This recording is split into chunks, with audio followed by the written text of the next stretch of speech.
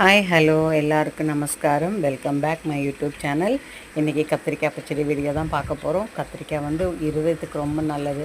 Allergy இருக்கிறவங்க தவிர்த்துருங்க. மற்றபடி கத்திரிக்காய் ரொம்ப ஹெல்த்துக்கு ரொம்ப நல்லதுங்க, ஹார்ட்டுக்கு ரொம்ப நல்லதுன்னு சொல்லி நான் படிச்சிருக்கேன். ஸோ அதுக்கு என்னென்னா வரி கத்திரிக்காய் தான் எடுத்திருக்கேன். இது வந்து பிரியாணி கூட மட்டும் தான் சாப்பிடணும்னு எதுவுமே கிடையாது. இது நம்ம செஞ்சு வச்சுட்டு இட்லி, தோசை, சப்பாத்தி கூட, ரைஸ் கூட, தயிர் சாதத்து கூட எல்லாத்துக்குமே ரொம்ப நல்லாயிருக்கும்.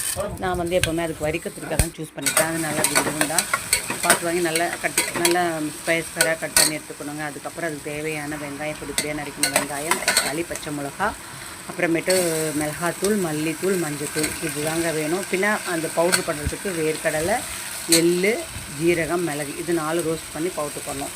இப்போ குக்கரில் வந்து நல்லெண்ணெய் தான் எதுக்கு யூஸ் பண்ணணும். நல்லெண்ணெய் விட்டு கடுகு போடக்கூடாது, மிளகு, ஜீரகம் போட்டு தாளிக்கணும்.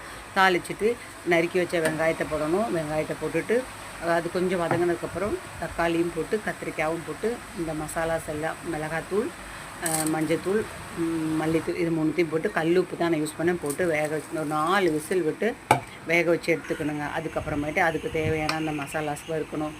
அதுக்கு வந்து சொன்னேன் இல்லைங்களா, வேர்க்கடலை, மிளகு, ஜீரகம், எள்ளு, கருப்பு எள்ளு இதுதான் அதுக்கு ஃப்ளேவர் கொடுக்கக்கூடியது, டேஸ்ட்டு கொடுக்கக்கூடியது. இது 4த்தையும் போட்டு நல்லா ஃப்ரை பண்ணி ட்ரை ரோஸ்ட் பண்ணிவிட்டு மிக்சியில் பவுட்ரு பண்ணி வச்சுக்கணுங்க.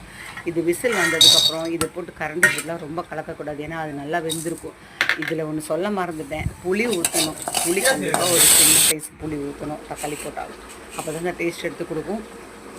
நல்லா வெந்ததுக்கப்புறம் இதை பவுட்ரு பண்ண அதை போட்டுட்டு வேணும்னா நமக்கு தேவைப்பட்டால் கொஞ்சோண்டு வெல்லம் போட்டுக்கலாம், இல்லைன்னா கூட ஸ்கிப் பண்ணிக்கலாம், அது ஒன்றும் தேவையில்லை. நான் இன்றைக்கி வெல்லம் போடாமல் தான் பண்ணுறேன், ஏன்னா எங்கள் வீட்டில் சுகர் பேஷண்ட்ஸ்லாம் இருக்கிறதுனால அதெல்லாம் நான் யூஸ் பண்ணுறதில்ல. ஸோ இந்த மாதிரி போட்டு இறக்கி சர்வ் பண்ணுங்கள். பிரியாணி கூடன்னு இல்லை, எல்லாத்துக்கு கூட, தோசை, இட்லி கூட நல்லாயிருக்கும்.